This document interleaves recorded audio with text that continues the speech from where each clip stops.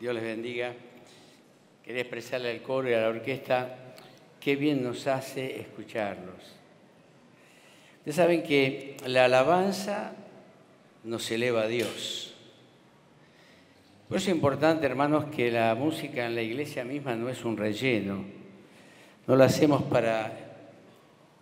antes del mensaje, porque hay que hacer algo. Es importantísima la alabanza. Y hace resaltar el corazón, adornarlo, engrandecer nuestro espíritu cristiano. Es una música única, porque es una música elevada a Dios y nos transporta. Son verdaderos sacerdotes espirituales que elevan al pueblo de Dios a su presencia. Quo vadis. Ustedes saben que esta expresión no está en la Biblia, aunque tiene la idea.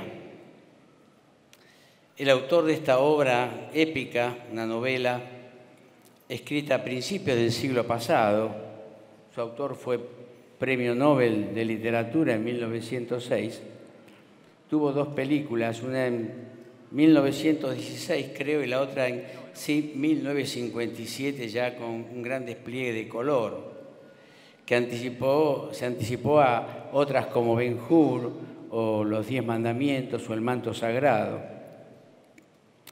Esta expresión, quo vadis, la dice el personaje Pedro en la novela.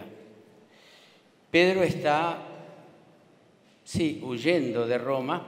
Hay una gran persecución, como escuchábamos hoy a Rubén, donde las vidas de los cristianos eran ofrecidas en verdadero sacrificio por su fe.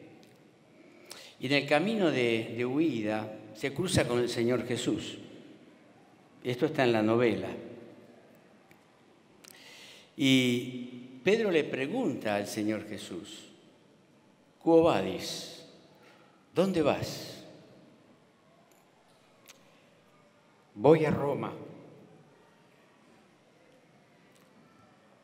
a ocuparme del rebaño que tú dejaste.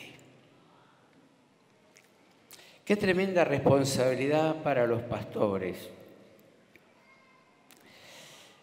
Hermanos, creo que las iglesias necesitan estos temas que hemos hablado, por algo también que ocurre paralelamente en el país.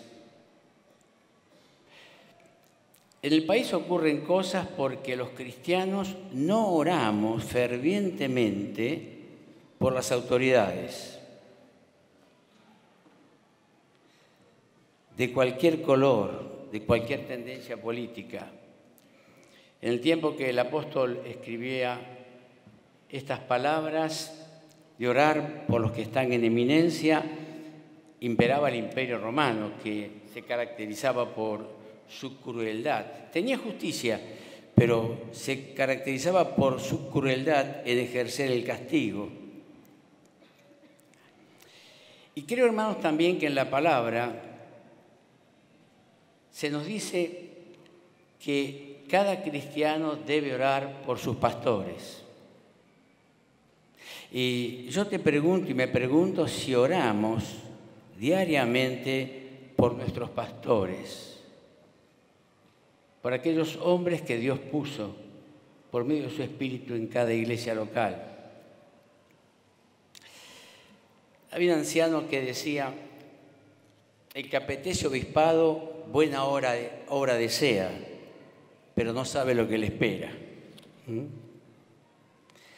Hay muchos requisitos allí en Timoteo y en Tito para el anciano, pero no se le advierte del dolor, el sufrimiento, la desazón, la tristeza que muchas veces acompaña la tarea. Pero también tenemos que decir que nosotros ancianos hemos a veces descuidado cosas muy importantes. Y vamos a ver hoy 3 aspectos solamente de los factores de extensión o expansión o crecimiento de la obra del Señor a través de la iglesia local, que es la única que lo puede hacer. Hay algo, hermanos, que tenemos que sostener permanentemente, que lo que el Señor dejó establecida, si bien universalmente es la iglesia, como un ejemplo somos hoy todos nosotros, en general de distintos lugares, la iglesia local son aquellas iglesias a las cuales el apóstol Pablo, Santiago y Pedro y Juan escribían sus cartas que hoy son de enseñanzas para nosotros. Es un tremendo privilegio pertenecer a una iglesia local. Un tremendo privilegio que nunca nos damos cuenta, no que a veces, no nos damos cuenta. A veces pensamos que las reuniones, sus horarios, los días que nos tocan asistir. Ustedes saben que cuando uno era niño había muchas reuniones por semana. Había una reunión exclusiva de oración y otra reunión exclusiva de estudio. Estaba la cena, la escuela dominical y la predicación. Reuniones perfectamente separadas y con su tiempo. No se recortaba nada. Y luego las actividades de los sábados. Hoy la actividad secular nos ha absorbido, nos ha cansado. Llegamos al fin de semana agobiados, es cierto. Pero no hemos medido el esfuerzo en la semana de repartirlo de tal manera que tengamos vitalidad anímica y física para que el fin de semana estemos ansiosos de estar escuchando la palabra de Dios, de alabar al Señor, de participar en la comunión con los hermanos. Yo no sé si hay una gran pasión, un gran deseo de que llegue el fin de semana para asistir a las reuniones del domingo, o simplemente para descansar de lo que nos ha agobiado los días hábiles de la semana.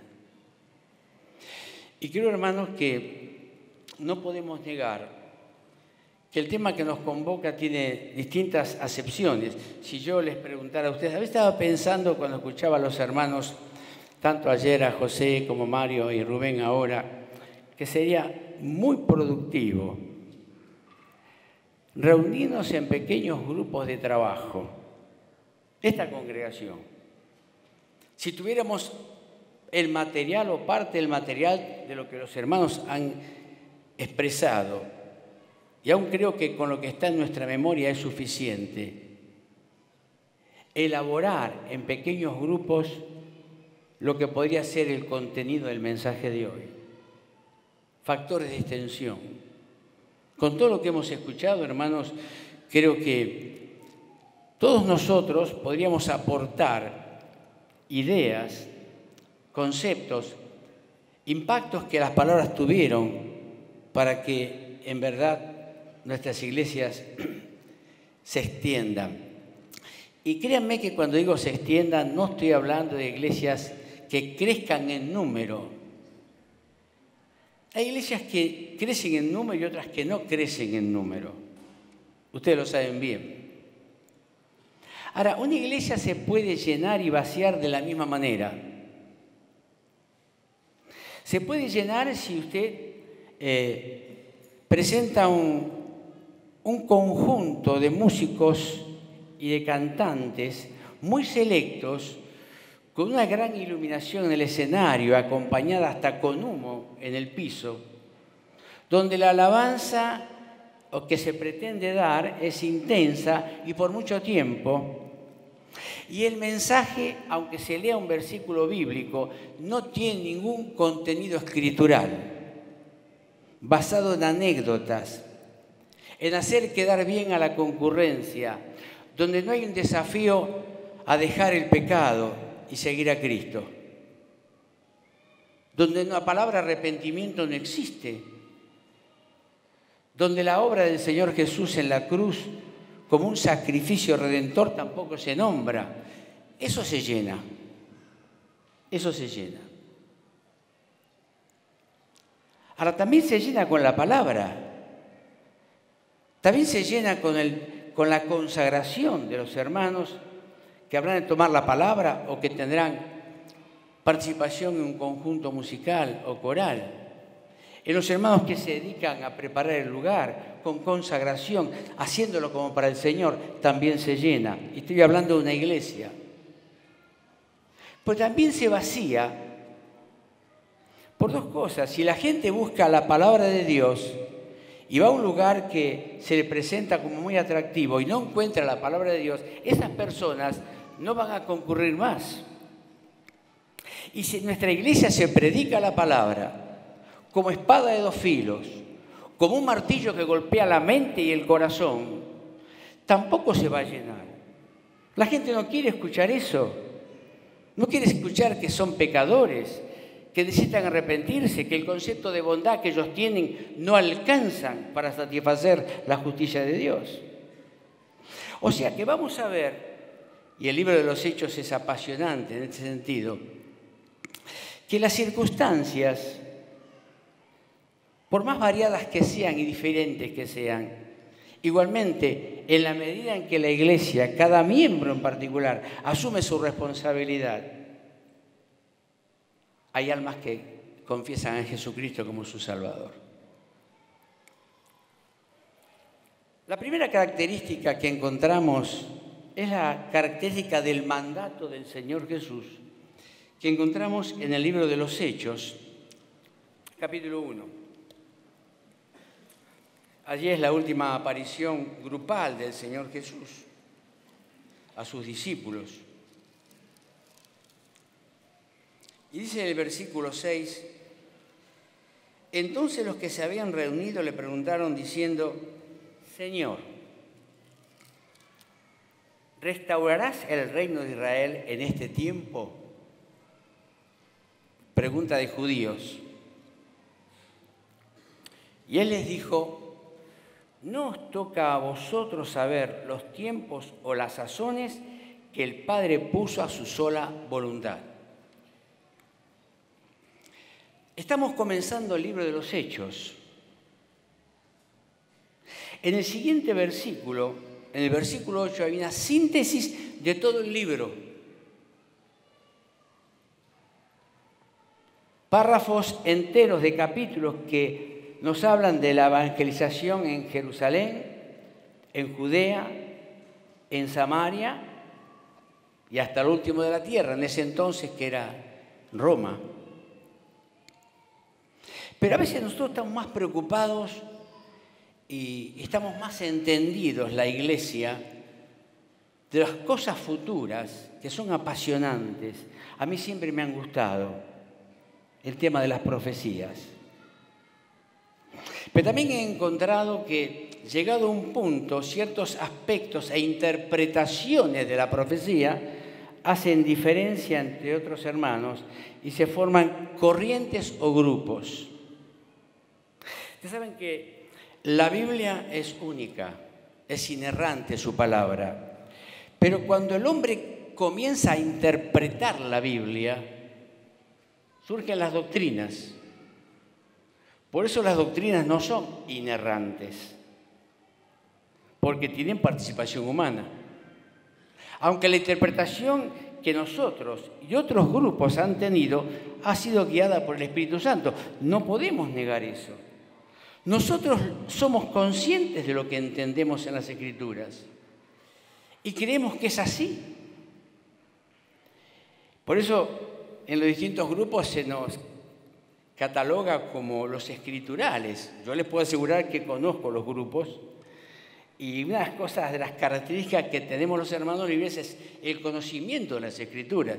Y eso a veces me sirvió como argumento, no para discutir, pero sí para dialogar y decirle, bueno, escúchenos un poco a los hermanos con respecto a muchas doctrinas o ministerios en la Iglesia. Hermanos, es importante la profecía, pero ¿saben una cosa? Yo me voy a sorprender, y ustedes también, cuando las cosas que sucedan, cuando Cristo venga a buscar a su iglesia, que sucedan a posteriori, van a tener un matiz o una diferencia significativa con lo que nosotros interpretamos hoy. Porque va a ser como el Señor lo ha establecido. Y nos va a sorprender. No nos vamos a sorprender por la maravillosa interpretación que nosotros teníamos de las profecías. Nos vamos a sorprender, como siempre el Señor nos sorprende, cuando estamos dispuestos a escucharle. Y los tiempos futuros, si bien están en la palabra, si bien es interesante saberlas, no es el gran desafío de la iglesia. El Señor Jesús aquí lo advierte a sus discípulos. Ellos no dijeron, Señor, tú te vas. ¿Y ahora qué, Señor? ¿Qué pasa con todo lo que tú nos enseñaste? ¿Qué pasa con ese mensaje que tú nos enviaste de 2 en 2? A hacer conocer tu persona, tu ministerio, tu llegada a la tierra. Señor, ¿qué hacemos ahora? Eso hubiese sido la respuesta ideal o la pregunta ideal de los discípulos. No acerca de cuándo se establecería el reino de Israel. Y el Señor Jesús se los dice, esto no es cuestión de hombres, es cuestión de Dios. Solamente el Padre lo sabe. Solamente el Padre lo sabe. Y está en su sola potestad. Y entonces el Señor comienza en el versículo 8 justamente a hablarnos a nosotros, hermanos. La palabra es fresca, es actual y es permanente. Por lo tanto, no solamente está hablando a sus discípulos, sino que se está hablando a nosotros. Y dice el Señor, pero recibiréis poder. No el poder. Poder. Cuando haya venido sobre vosotros el Espíritu Santo. Hemos escuchado muchas veces y hoy también que cuando el Espíritu Santo entra en nuestro corazón, somos hijos de Dios y ese Espíritu nos introduce en el cuerpo de Cristo, que es la Iglesia universal, produciendo el bautismo del Espíritu, único, puntual, histórico. Tú has sido bautizado por el Espíritu y has creído en Cristo como Salvador. Si tienes la garantía, las arras, el sello de la presencia del Espíritu Santo en tu vida, como un anticipo a la redención total de tu ser, cuando Cristo venga. Esto es maravilloso. Hermanos, tenemos poder. Ahora, yo me pregunto, y no quiero ser irónico, hermanos, sino me lo pregunto yo, me lo pregunto yo. ¿Reunimos esa condición de poder dado por la presencia del Espíritu Santo en nuestra vida? Yo, Osvaldo, me pregunto, ¿cuándo fue la última vez que el Espíritu Santo manifestó su poder a través mío? No en mi vida, porque la idea es que yo sea un testigo. Su poder a través mío. Y hermano, a través tuyo. Poder. Y está maravillosamente expresado en este pasaje que no está hablando de poder milagroso. No está hablando de dones sobrenaturales. Está hablando de ser testigos. Testigos. No hay satisfacción más grande en contacto con el mundo cuando podemos dar testimonio de nuestra fe. Con pocas palabras. Con pocas palabras. Yo creo que el testimonio hay dos formas de darlo. Y más lo damos cuando estamos en permanente contacto con compañeros con familiares, compañeros de trabajo, de estudio. Y es nuestra presencia, nuestra forma de ser. Luego viene el testimonio de las palabras, que van a estar sostenidos por nuestra vida.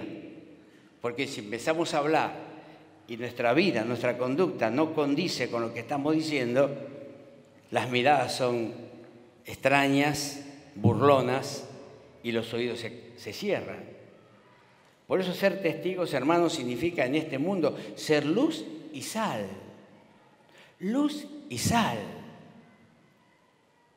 Que aún estemos en oscuridad o en un mundo insaurido, no se pierde su valor ni luminosidad.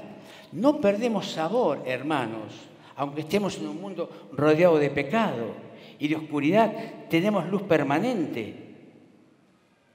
Es algo que tengo que entender, que el Evangelio no es exclusividad de predicación por los predicadores. Sería tremendo eso. No alcanzaríamos a muchos. El Evangelio es patrimonio, como hemos visto, privilegio de cada uno de ustedes y mío, hermanos, donde estemos. Piensen en sus iglesias, los miembros que ahora son, las familias que hay en sus iglesias, cómo fueron ganadas. Y quiero que me entiendan, no soy irónico, no estoy en contra de los esfuerzos evangelísticos, soy un apasionado de ello, pero vayamos a los resultados. Nuestras congregaciones están formadas por hombres y mujeres ganados en su mayoría, por el testimonio personal de los hermanos en Cristo. A veces puede comenzar por una hora feliz, ganando un niño.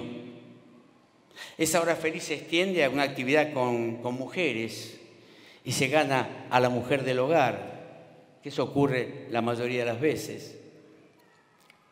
Luego llevará mucho tiempo quizás para ganar al esposo y al padre.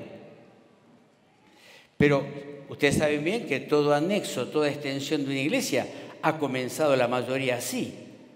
Algunas veces se ha abierto el hogar de un creyente, otras veces no, se comienza en una plaza, se comienza en una esquina, en un lugar apropiado en el verano y en el invierno más reparado, pero se comienzan con horas felices, que se forman luego actividades de mayor envergadura. Y es así. Quizás la historia de su familia es esa, ganadas por otros creyentes personalmente. Ahora, hay una cosa que tenemos que decir.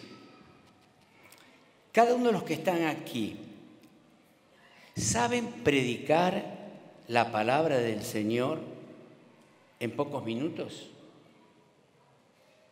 ¿Saben mostrarle a las personas el amor de Dios, la realidad del pecado, la obra de Cristo y el resultado de la fe? En una oportunidad había estado yo en el velatorio de un joven que había muerto en un accidente automovilístico. Me invitó a hablar la abuelita, que era creyente, y el chico no. Así que hablé de la realidad de la muerte, que algo que nos incumbe a todos.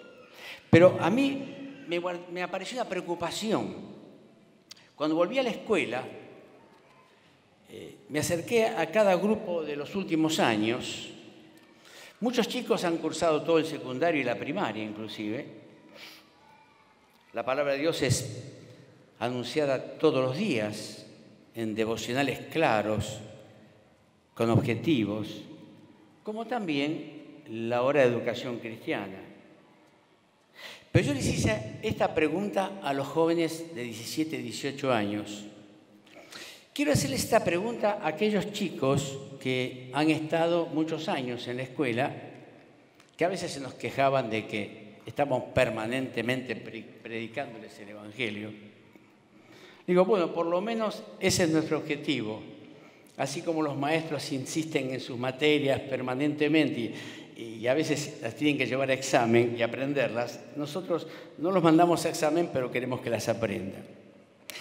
Yo quisiera que los chicos que están aquí, que no aceptaron a Cristo como Salvador y lo quieran hacer como un favor personal, luego les explico por qué, me digan esto que es lo que ustedes llaman, y nosotros llamamos, el mensaje del Evangelio. ¿Qué es lo que ustedes han escuchado durante tantos años de maestras y profesores y consejeros y no lo han aceptado? A esas personas, a esos chicos les pregunto, no a chicos que son ya cristianos, que aceptaron a Cristo como su Salvador. Les ruego, por favor, esto les pido como un favor personal, porque yo tengo una duda y quiero aclararla. El que quiera hacerlo, levante su mano. Varios levantaron la mano y yo elegí, en la mayoría pudieron dar testimonio, pero en una clase elegí al más vago, al que daba siempre problemas. Digo, formidable. Habla, por favor. Me predicó el Evangelio como Luis Palau. Me quedé asombrado. Por un lado me quedé contento y luego lo transmití en la sala de profesores y de maestros, que la tarea no fue en vano. Luego que habló y todos escuchaban sus compañeros, bueno, cabe una pregunta mía y es esta: ¿por qué no aceptaste este mensaje que lo tenés tan claro? Porque no quise. Ahí está. Ese es el corazón que Dios puso en las personas, con libre decisión y albedrío, aún para las cosas más trascendentes de la vida. Hermanos, ¿sabemos llevar un niño a Cristo? ¿Sabemos llevar, sin temor a que se ofendan, a alguien que tenga una enfermedad terminal a Cristo? Porque a veces está ese temor. Pareciera que fuéramos a predicarle porque ya dejará este mundo. Y puede que sí, puede que sí. Somos capaces de forma clara, bíblica, tener 5 o 6 textos elegidos en nuestra Biblia para predicar ese mensaje. Si esto no es así, hermanos, ahí tenemos un factor de incidencia por qué no hay extensión del Evangelio en nuestras iglesias. Porque el Evangelio tiene que ser extendido por todos nosotros, por todos nosotros. Ahora, cuando el Señor Jesús decía esto, como decíamos al principio, el mundo conocido era el Imperio Romano y lo más importante era Roma, a donde Pablo fue. Pero hoy día, hermanos, el fin del mundo es la Argentina. Ustedes saben, cuando uno se conecta con hermanos de otros países, pero qué lejos que viven ustedes. Sí, lo más lejos posible. Más allá de nosotros no existe la vida. Somos el fin del mundo. Pero si nosotros vemos este mensaje desde acá, desde nosotros mismos, tenemos que dar vuelta al mapa y empezar a pensar de esta manera. ¿Qué dice el Señor? Y me seréis testigos en Jerusalén y en Judea. ¿Somos testigos en nuestra familia que aún no conoce a Cristo? Ser testigos, hermanos, no significa ser pesados, estar señalando permanentemente el pecado de aquellos, o la forma o conducta de aquellos que no conocen a Cristo, que no pueden conducirse de otra manera. A veces pensamos que los familiares inconversos tendrían que portarse como cristianos porque les señalamos la vida de corrupción o de pecado o de liviandad que llevan. Y no, esa es la realidad. Debemos orar por ellos y empezar a predicarles más que nada por el testimonio personal, la vida diaria. Que si yo me convertí a Cristo siendo un esposo, mi esposa vea que soy un mejor esposo al ser cristiano y mis hijos un mejor padre. Y si es un hijo el que se convirtió, es un mejor hijo y un mejor hermano. Y así con cada pariente y con cada familiar. Tiene que haber una conducta diaria que me permite, me facilita luego abrir la boca y decir lo que Dios dice en su palabra. En Samaria. Ustedes recuerdan el capítulo 4 de Juan. El Señor Jesús con la mujer samaritana. Allí Juan hace la aclaración, ¿no? Cuando la mujer le dice, ¿cómo tú siendo judío me pides a mí de beber que soy mujer samaritana? Y Juan dice, porque los judíos no se hablaban y no se trataban con los samaritanos. Y esto llevaba siglos, porque Samaria contenía las iglesias del norte de Israel, las que fueron invadidas por los asirios, quizás 700 años antes de Cristo. Y muchos fueron llevados cautivos a países lejanos. Y a su vez también, al ser invadidos, esa población se comenzó a mezclar y perdió la esencia de ser el pueblo de Dios, tanto en Samaria como en el exterior, en lejanas tierras. Por eso, los judíos no se trataban porque ya no los consideraban el pueblo de Dios. Hermanos, judíos y samaritanos eran enemigos. Por eso la parábola del buen samaritano del Señor Jesús, para hacer reflexionar a los judíos. Enemigos. Hoy cuando escuchaba, digo a los chicos, ¿no? A Mario y a Rubén, digo, cuántas palabras que me están ayudando, que yo voy a volver a repetir.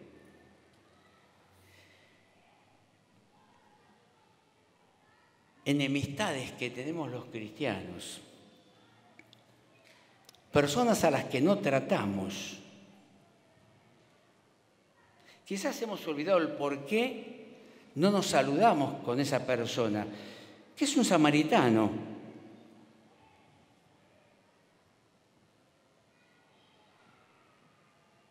Alguien que necesita agua para beber. Más que ninguno necesita el mensaje del Evangelio. Pero yo soy el que se lo estoy privando, porque no manifiesto la dulzura del Señor Jesús al tratar con él o con ella. Y esa persona se va a perder. Y Dios me puso en su camino y me acercó al pozo para que yo, en un momento especial determinado, si se lo ruego al Señor, va a aparecer, pueda expresarle que Dios le ama como me amó a mí. Y hasta pedirle perdón por tantos años de distanciamiento. A veces puede ocurrir con familiares inconversos. Rubén contaba algo que sí, es muy triste pensar familias enfrentadas en la iglesia. Yo no digo que haya familias samaritanas en la iglesia, pero quizás nuestra ceguera espiritual no nos permite ver bien que el otro hermano también forma parte del pueblo de Dios y no es un samaritano. O no tenemos personas a las cuales no queremos ver, las cuales no saludamos con afecto ni con aprecio, lo cual a veces lo hacemos con otras personas los cuales no nos vincula nada en especial. Simplemente nos hemos caído bien, como decimos, ¿no es cierto? Pasa en todo grupo. Pasa en la escuela, donde se forman pequeños grupos. En un grupo grande siempre se van formando pequeños grupos. Pasa en el trabajo, en el barrio, en un edificio. Hermanos, Samaria está muy cerca y nos rodea. Es lo más cerca que tenemos. Y hasta lo último de la tierra. Nuestras iglesias, y lo digo con conocimiento de causa, si bien hay misioneros en nuestra iglesia, son muchos muy mayores ya, imposibilitados de hacer la tarea. Fíjense ustedes si pueden tener acceso a campo misionero, las ofrendas que reciben los misioneros y lo que en promedio pueden recibir ellos.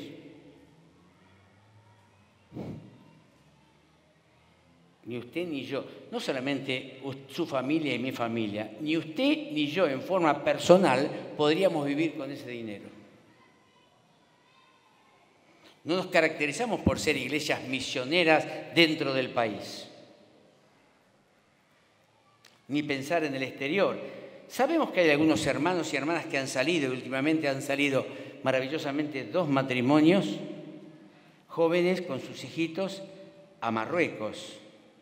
Dos hermanas en sangre y hermanas en Cristo que están trabajando en distintos, en el norte y en el sur de Marruecos, un terreno tremendamente difícil. Y hay otros en otros lugares, sabemos que es difícil ser misionero en los países musulmanes, en África mismo, en Asia, en Medio Oriente. Pero no sentimos una carga misionera. Y creo que tanto es, a veces pensamos más en el crecimiento de nuestra iglesia como expansión, que el mensaje que Jesús dejó instituir a sus discípulos y a nosotros, que el Evangelio no está limitado por 4 paredes. No está limitado por 4 paredes, que son nuestras iglesias. Sino que el Evangelio, gracias a Dios, es más grande, es mucho más grande. Ahora fíjense, hermanos, en el versículo 14 dice, y todos perseveraban, luego que el Señor asciende, y todos perseveraban unánimes en oración y ruego. En proporción, en porcentaje, ¿cuántos hermanos de tu iglesia y de mi iglesia concurren a la reunión de oración?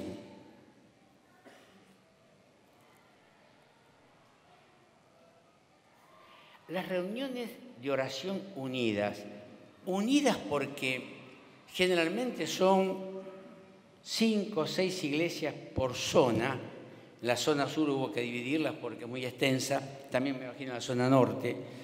Nos reunimos todos los meses en una iglesia a orar. No estamos reunidas las 5 o 6 iglesias o representantes numéricos significativos de la iglesia.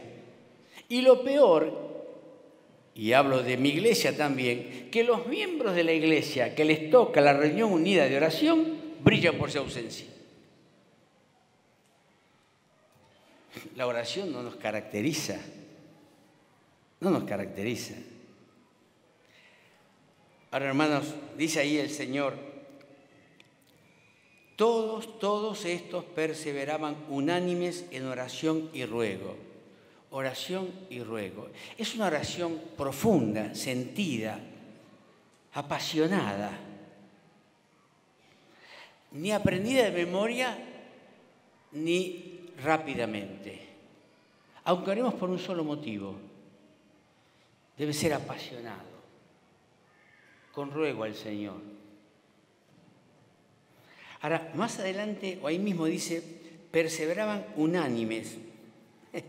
Aquí está la piedra en el zapato. Y Rubén hablaba de esto, la unanimidad.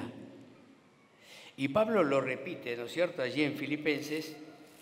Los pasajes, me encantan cuando los mensajes se van hilvanando en algunos pasajes que van tocando los mismos hermanos con distinto contenido, ¿no es cierto? Dice el apóstol Pablo en Filipenses 2:1. Por tanto, si alguna consolación en Cristo, si algún consuelo de amor, si alguna comunión del Espíritu, si algún afecto entrañable, si alguna misericordia, completad mi gozo. Pareciera ser que Pablo, no sé si Pablo, lo digo humanamente, está escribiendo porque cree que no le entienden o para que quede muy claro a los que lo entienden. Dice, sintiendo lo mismo, teniendo el mismo amor,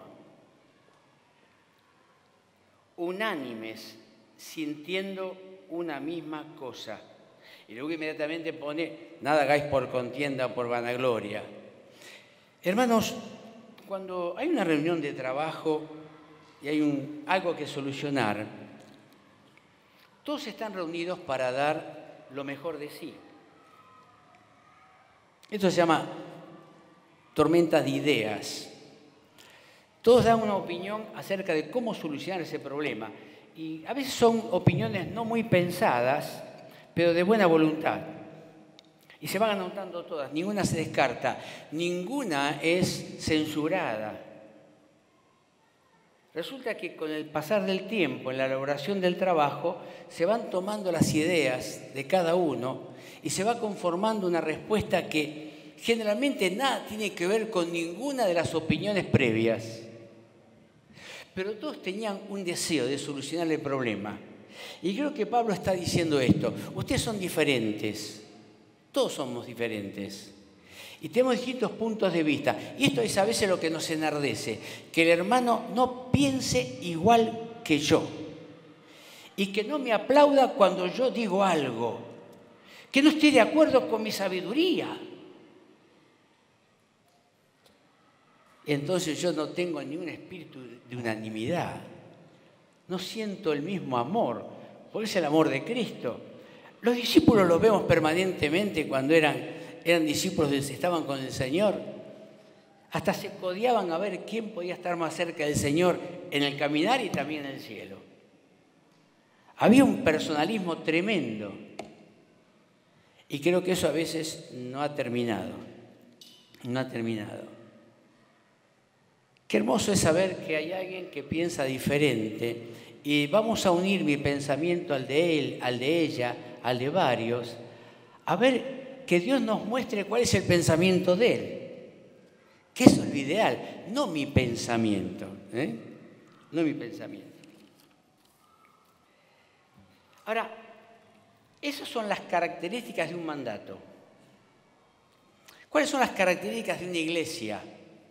La encontramos un poquito más adelante, allí en los Hechos, capítulo 2, que también se ha mencionado en estos días. Cuando uno se introduce en la historia de la iglesia, sobre todo la iglesia primitiva, la iglesia del primer siglo, saben que los Hechos de los Apóstoles comienzan del año 30 hasta el año 65, más o menos, lo que es el despliegue histórico de los Hechos de los Apóstoles. Ustedes ven que Pablo hace mucha referencia a los hechos cuando escribe sus cartas, porque está recordando sus viajes. Y allí luego del mensaje, que no le llevó más de 3 minutos predicar el Evangelio a Pedro, léanlo y tomen el tiempo. Lean el mensaje de Pedro, que comienza en el capítulo 2, versículo 14, y termina allí cerca entre el 37 y el 41. Lo mismo sucede con el mensaje de Esteban. Lo que ellos tenían, hermanos, era un conocimiento profundo de Dios, en primer lugar. Un conocimiento de las Escrituras, porque la mayoría habían sido educados en alguna sinagoga de niños, aunque Pablo recalca que su educación fue muy especial. Y cómo el Espíritu Santo los usa maravillosamente para predicar sin mucha insistencia y sin ninguna invitación muy rara y especial para que la gente acepte a Cristo como Salvador. Más aún, dice que justamente las palabras de Pedro son: arrepentíos y bautícese cada uno en el nombre del Señor Jesucristo para perdón de los pecados y recibiréis el don del Espíritu Santo. Arrepiéntanse de sus pecados. Acepten a Cristo como Salvador. Es lo que ustedes necesitan. Está hablando de los judíos. Dice la palabra que así que los que recibieron su palabra fueron bautizados y se añadieron aquel día como 3.000 personas. Y luego empieza una pequeña descripción. A mí me encanta Lucas. Lucas no era un discípulo. Lucas era quizás lo que podríamos llamar hoy día un periodista, un investigador, que Dios utilizó con sus talentos para escribir su Evangelio y los Hechos de los Apóstoles. Fíjense con qué pocas palabras describe la iglesia de Jerusalén. Y perseveraban en la doctrina de los apóstoles, en la comunión unos con otros, en el partimiento del pan y las oraciones. 4 pilares de la iglesia que tenemos que valorar cada uno de nosotros para que en verdad nuestra iglesia sea una iglesia que se proyecte. Perseveraban en la doctrina de los apóstoles. Saben que nosotros somos muy defensores de la doctrina, eso lo escuchamos siempre. Ahora tenemos un defecto. Las iglesias evangélicas no hemos escrito nuestra declaración de fe. Está acá, sí. ¿Cuál es nuestra declaración de fe? ¿Usted la conoce? Se la han estado enseñando toda la vida, pero habría que agruparlas para que usted sepa qué es lo que nos diferencia de otros grupos, qué es lo que nos diferencia de las sectas. A veces he escuchado cosas de algunos cristianos como aceptando ciertos conceptos de algunas sectas. Y tendríamos que ser como los testigos de Jehová que van puerta por puerta. No. No se equivoque. Ellos no van puerta por el amor a las almas. Ellos van puerta por puerta. Cuanto más adeptos a su organización consigan, más van asegurando su formación o su presencia en los 144.000. No hay amor por las almas. Ellos tienen amor por sí mismos. Ninguna pasión por las almas. Pero usted también podrá poner diferencias claras, aunque a veces quizás conviene entrar por las coincidencias, cuando hable con un católico. Lo último que tiene que hablar usted, porque no está en nuestra declaración de fe, es de la Virgen María. Y hasta tiene que ponerla como ejemplo, como el Dios la puso. Pero señalar que su magnífica, su oración, él habla de Dios mío y Salvador mío. Hermanos, nuestras iglesias tienen que tener, y aquí hermanos ancianos, permítanme la sugerencia, una enseñanza sistemática de nuestras doctrinas y una enseñanza sistemática de los libros de la Biblia, capítulo por capítulo y versículo por versículo, ya sea en la semana o en la reunión de los domingos. Los domingos no debería ser una reunión de predicación, sino de alimentación de las almas. La predicación tenemos que hacerla cada uno de nosotros fuera. Y cuando la persona entiende el mensaje del Evangelio, recién invitarla a la iglesia para que comience a alimentarse. ¿Es así? Tiene que venir habiendo aceptado a Cristo como Salvador. Por eso es importante que conozcamos detalladamente nuestra declaración de fe, lo que creemos de Dios, de la obra de Cristo, de la iglesia, también de las cosas futuras, pero eso no es tan importante, sino también de la vida cristiana fundamentalmente, de la conducta del cristiano en su hogar, en su trabajo. Hay tanta enseñanza tan clara en las epístolas. Entonces le pido a los líderes, maestros de escuela dominical, líderes de adolescentes y jóvenes, que vayamos programando para el año que viene. Hasta miren, los Hechos de los Apóstoles es un libro maravilloso para encarar un enfoque evangelístico de la iglesia. Tenemos que estar empapados de los Hechos de los Apóstoles, aprender de la iglesia del primer siglo, porque tenía éxito. Ahora fíjense, hermano, el tiempo ha pasado y yo les quiero leer, aunque les prometo, he hablado ya con los hermanos del sitio de los hermanos, asambleasdehermanos.org.ar. Voy a pasar, porque hay muchos textos que no tenemos tiempo de leerlos ahora, pero hay un tercer punto que es la característica. Perdón, antes voy a completar lo que la iglesia primitiva era, lo que la iglesia de Jerusalén era. Una iglesia que aprendía, una iglesia en comunión. Y también se preocupaba por los apartados, seguramente. Una iglesia que se amaba, una iglesia que oraba, una iglesia reverente. Hoy estaban comenzando la reunión y se escuchaban muchas voces. No les alcanzó, hermanos, perdónenme, yo soy grande, se los puedo decir. No les alcanzó el tiempo de reunión en reunión y seguían hablando y el hermano estaba aquí comenzando la reunión. ¿Pasa lo mismo en su iglesia? Que el que está al frente tiene que pedir silencio, hermanos, que vamos a comenzar la reunión. Entre usted en una iglesia católica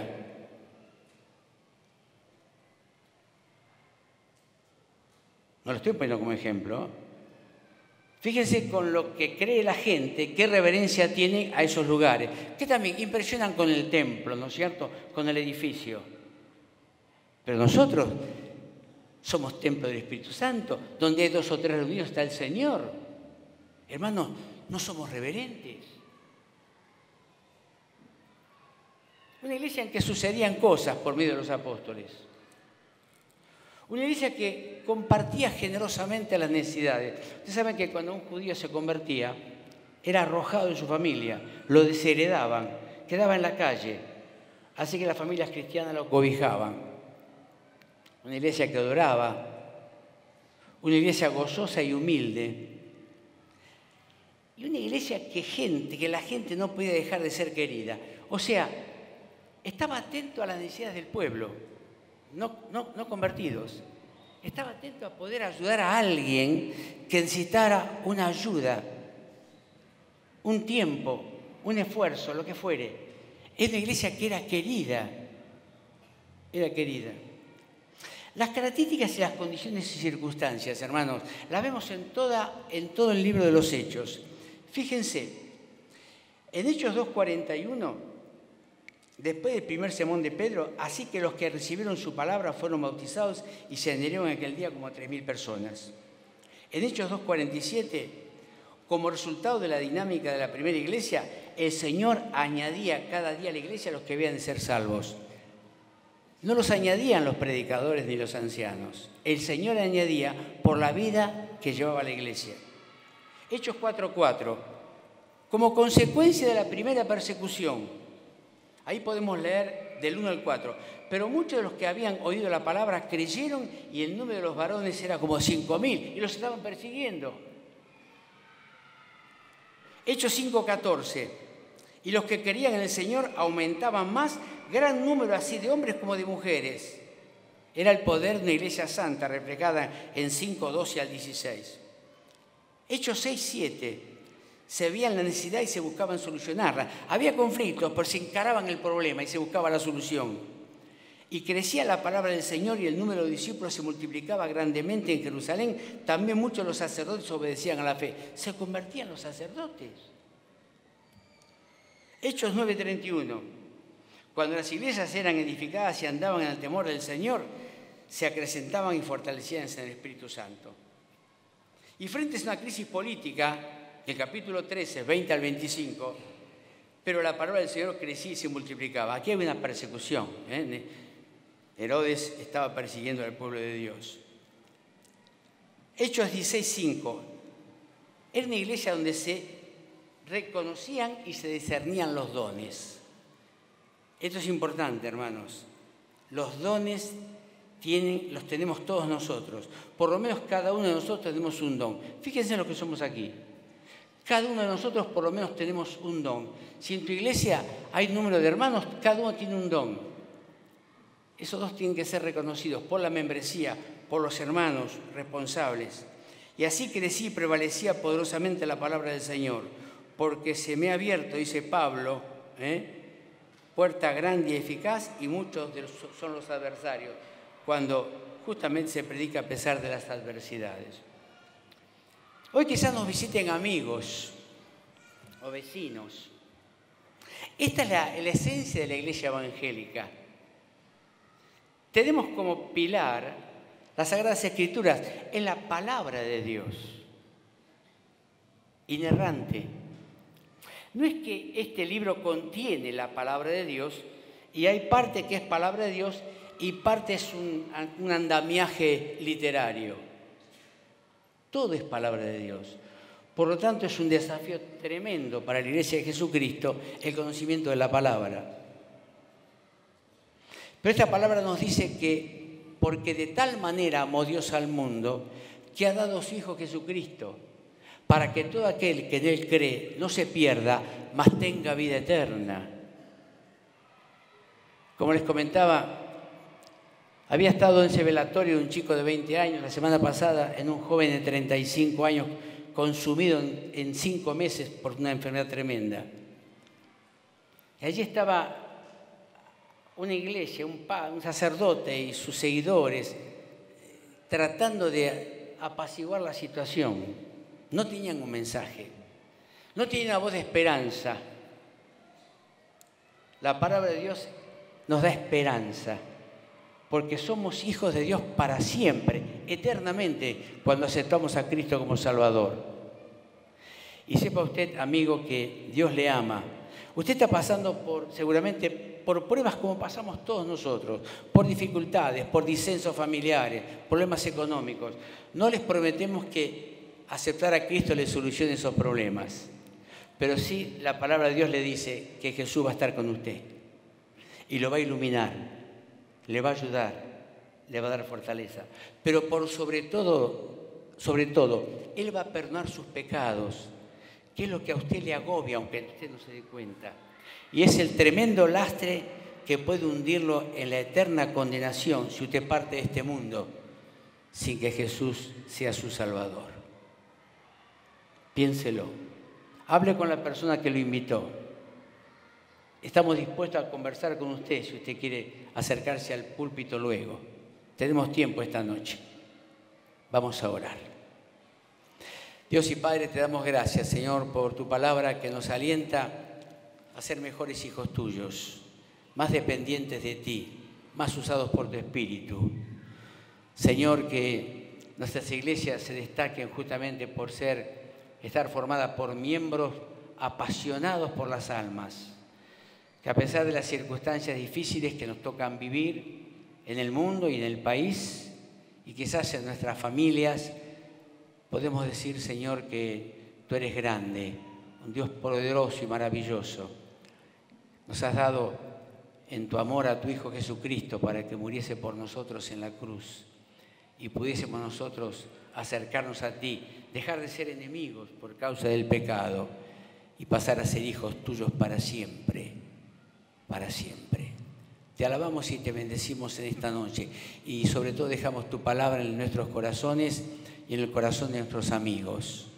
Y lo hacemos en el nombre precioso y glorioso de nuestro Salvador, el Señor Jesús.